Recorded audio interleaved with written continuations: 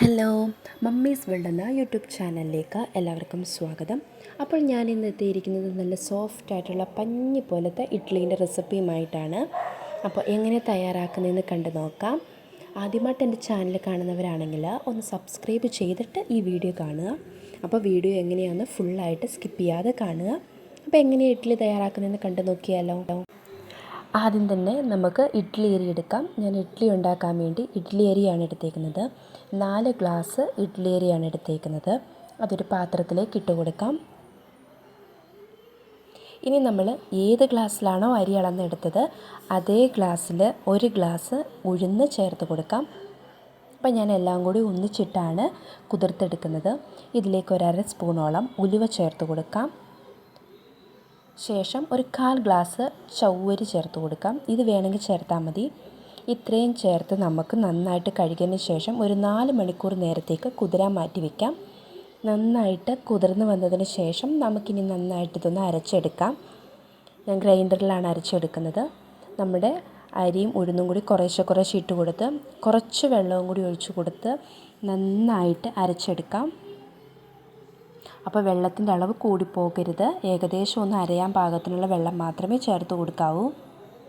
കാരണം നമ്മുടെ ഇഡ്ഡലി ബാറ്റർ കുറച്ച് തിക്കായിട്ടാണ് ഇരിക്കേണ്ടത്. അപ്പോൾ ഏകദേശം മാവ് ആടി നന്നായിട്ട് വന്നിട്ടുണ്ട്. ഈ സമയത്തിലേക്ക് ഇതിലേക്ക് ആവശ്യത്തിനുള്ള ഉപ്പ് ചേർത്ത് കൊടുക്കാം. അപ്പോൾ ഈ സമയത്ത് ഉപ്പ് ചേർക്കണമെങ്കിൽ ചേർത്ത് കൊടുക്കാം, അല്ലെങ്കിൽ അവസാനം ചേർത്ത് കൊടുത്താൽ മതി. കേട്ടോ, മാവ് ഈ ഒരു പരുവത്തിലാവുന്നത് വരെ നമുക്ക് ആട്ടിയെടുക്കാം. ചെറിയൊരു തരിതരിപ്പുണ്ടാവും. ആ ഒരു പരുവത്തിൽ വേണം നമ്മൾ ആട്ടിയെടുക്കാൻ. ആട്ടിയെടുത്ത മാവ് ഒരു പാത്രത്തിലേക്ക് മാറ്റി കൊടുക്കാം. വേണമെങ്കിൽ ഈ സമയത്ത് നമുക്ക് ഉപ്പ് ചേർക്കാവുന്നതാണ്. നമ്മൾ കൈ വെച്ച് നന്നായിട്ടൊന്ന് കലക്കി കൊടുത്തതിന് ശേഷം ഇത് മൂടി ഒരു 8 മണിക്കൂറെങ്കിലും കുറഞ്ഞത് വെക്കുക.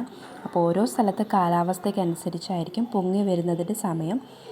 അപ്പോൾ നല്ല രീതിയിൽ പതഞ്ഞ് പൊങ്ങി വന്നിട്ടുണ്ട്. ഇനി നമ്മളിത് നന്നായിട്ടൊന്ന് ഇളക്കി കൊടുക്കാൻ പാടില്ല. പതുക്കെ ഒന്ന് ഇളക്കി കൊടുത്തതിന് ശേഷം നമുക്കിനി ഇത് ചുട്ടെടുക്കാം. അപ്പോൾ ഒത്തിരി കലക്കാൻ പാടില്ല, ചെറുതായിട്ടൊന്ന് ഇളക്കി കൊടുത്താൽ മതി.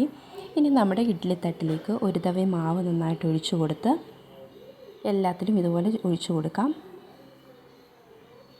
അതിനുശേഷം നമ്മൾ വെച്ചേക്കുന്ന ഇഡ്ഡലി പാത്രത്തിൽ വെള്ളം നന്നായിട്ട് തിളച്ചതിന് ശേഷം നമ്മുടെ ഇഡ്ഡലി വെച്ച് കൊടുക്കാം.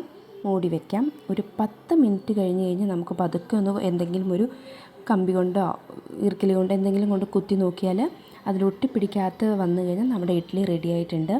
അങ്ങനെ നമ്മുടെ പഞ്ഞി പോലത്തെ സോഫ്റ്റ് ഇഡ്ഡലി ഇവിടെ റെഡി ആയിട്ടുണ്ട്. അപ്പോൾ ഇഡ്ഡലി ഉണ്ടാക്കിയിട്ട് ശരിയാവാത്തവരുണ്ടെങ്കിൽ ഈ അളവിലൊന്ന് ചെയ്ത് നോക്കുക. എന്നിട്ട് നിങ്ങളുടെ അഭിപ്രായങ്ങൾ പറയുക.